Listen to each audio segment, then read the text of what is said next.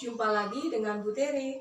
Saat ini saya mengajak kita semuanya, saudara yang terkasih di dalam Tuhan Yesus, untuk sejenak belajar akan firman Tuhan. Tema pada saat ini adalah hormati ayah dan ibumu. Yuk kita siapkan Alkitab terlebih dahulu atau HP yang ada aplikasi Alkitabnya. Disilakan. Dasar firman Tuhan yang kita pakai adalah dari Keluaran 20 ayat 12, dari Matius 19 ayat 19, Efesus 6 ayat 2-3. Tapi terlebih dahulu akan saya bacakan dari Keluaran 20 ayat 12. Demikianlah firman Tuhan. Hormatilah ayahmu dan ibumu, supaya lanjut umurmu di tanah yang diberikan Tuhan Allahmu kepadamu. Amin.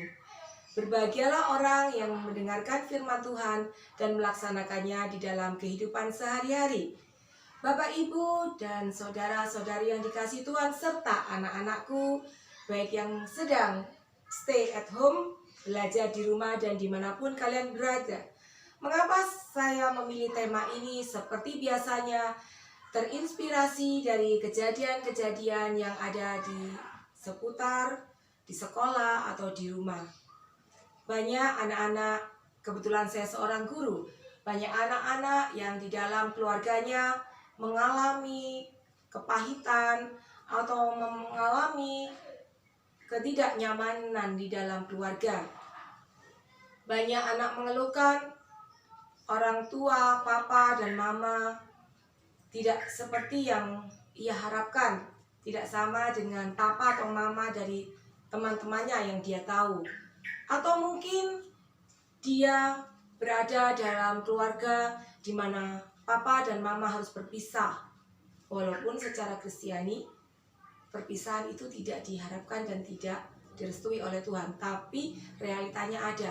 Bagaimana kita menyikapi? Apakah tetap relevan firman Tuhan, hormatilah ayahmu dan ibumu, supaya lanjut umurmu di tanah yang diberikan Tuhan Allahmu kepadamu.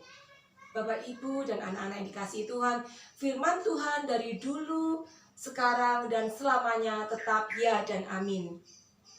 Mungkin ada yang berkata, sangat sulit bila ibu saya tidak berada pada keluarga yang harmonis atau yang baik-baik saja.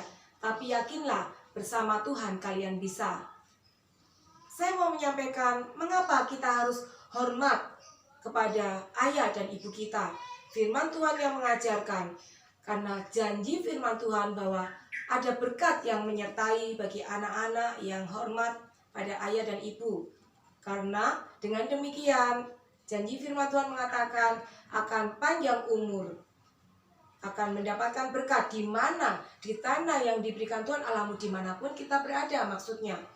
Namun, yang perlu kalian ingat, jikalau kalian merasa, saya tidak bisa bu, mama saya maaf cerewet katanya, atau papa saya cuek, atau papa saya overprotective, atau ya berbagai macam alasan.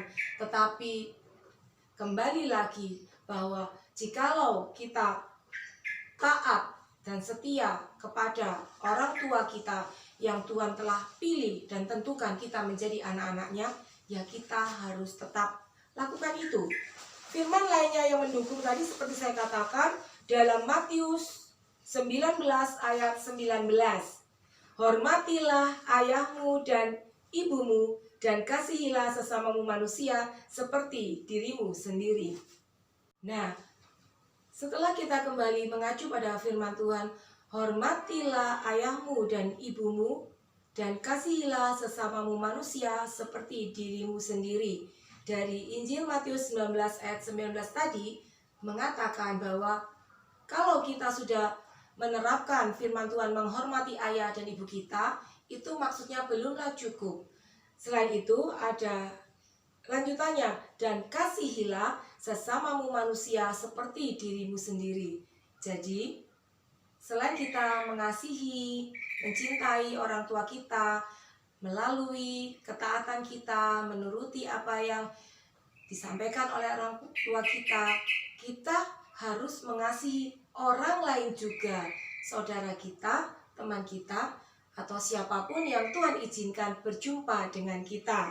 Karena sudah sangat kita ingat dan kita pahami bahwa Tuhan Yesus mengajarkan kasihilah sesamamu manusia seperti dirimu sendiri. Nah, anak-anakku yang dikasihi Tuhan, kadang-kadang kita merasa berat. Namun, yakinlah bersama Roh Kudus kita bisa menerapkan firman itu dan akhirnya kita akan memetik hasilnya pada saat Tuhan menentukan nanti. Lalu yang mau saya sampaikan, ibu, saya kebetulan tinggal tidak dengan ayah dan ibu. Mungkin ada saya tinggal dengan nenek, saya tinggal dengan tante. Nah, anak-anakku yang dikasih Tuhan, pernah kan kita mendengar dari ayat firman Tuhan yang lain bahwa hormatilah juga orang yang lebih tua. Hendaklah kamu saling memberi salam terlebih dahulu. Artinya apa? Menghormati orang yang lebih tua. Jadi kita tidak tinggal dengan ayah dan ibu, tapi kita tinggal dengan nenek, kakek, atau tante. Ya kita anggap itu sebagai orang tua kita. Karena orang tua, misalnya orang tua, pikirannya orang tua itu mama yang melahirkan kita. Tidak demikian. Saya tidak bermaksud mengingatkan pada anak-anak tertentu, ibu saya kan dari kecil kan saya tidak punya orang tua, saya tinggal di panti asuhan. Nah, tetap bersyukurlah karena mungkin Tuhan sudah menentukan demikian, kalian diasuh oleh ibu panti misalnya, lah itu adalah orang tua kalian yang sudah Tuhan tunjuk untuk menjaga kalian, mencukupi kehidupan kalian. Jadi itu pengganti ayah dan ibu kalian. Tetap harus kalian hormati, kalian taati. Misalnya di panti ini jam 9 tidak boleh main gadget, segera tidur, jangan lupa doa malam atau macam-macam. Jam 9 sudah wifi dimatikan. Nah, kita tidak usah berbantah-bantahan, itu adalah termasuk orang tua kita. Atau mungkin kita sedang, saya tahu ya, mungkin di sini ada orang yang ngekos, misalnya tinggal di tempat kos-kosan. Nah, di situ ada ibu kos. Ya, sama, kita harus menghormati ibu kos itu seperti orang tua kita sendiri. Jadi, penerapan firman Tuhan itu bisa kita terapkan di mana saja dan kapanpun. Nah, anak-anakku yang dikasihi Tuhan, semoga melalui perlindungan hari ini kita bisa lebih mencintai orang tua kita dengan segala kelebihan dan kekurangannya, dan juga mencintai sesama. Tapi jangan lupa, kalau memang Tuhan izinkan kita berada dalam keluarga yang seperti saya katakan tadi, tidak harmonis atau ada segala kekurangan yang kalian ngerasa kok seperti ini, bawa dalam doa. Biarkan Tuhan bekerja dan melalui peristiwa ini kita semua boleh saling menguatkan. Bagaimana? Bersama Yesus kita bisa menjadi anak yang berbakti pada orang tua saat ini dan seterusnya, sehingga janji Tuhan boleh kita dapatkan panjang umur, sehat, dan penuh berkat. Tuhan Yesus memberkati.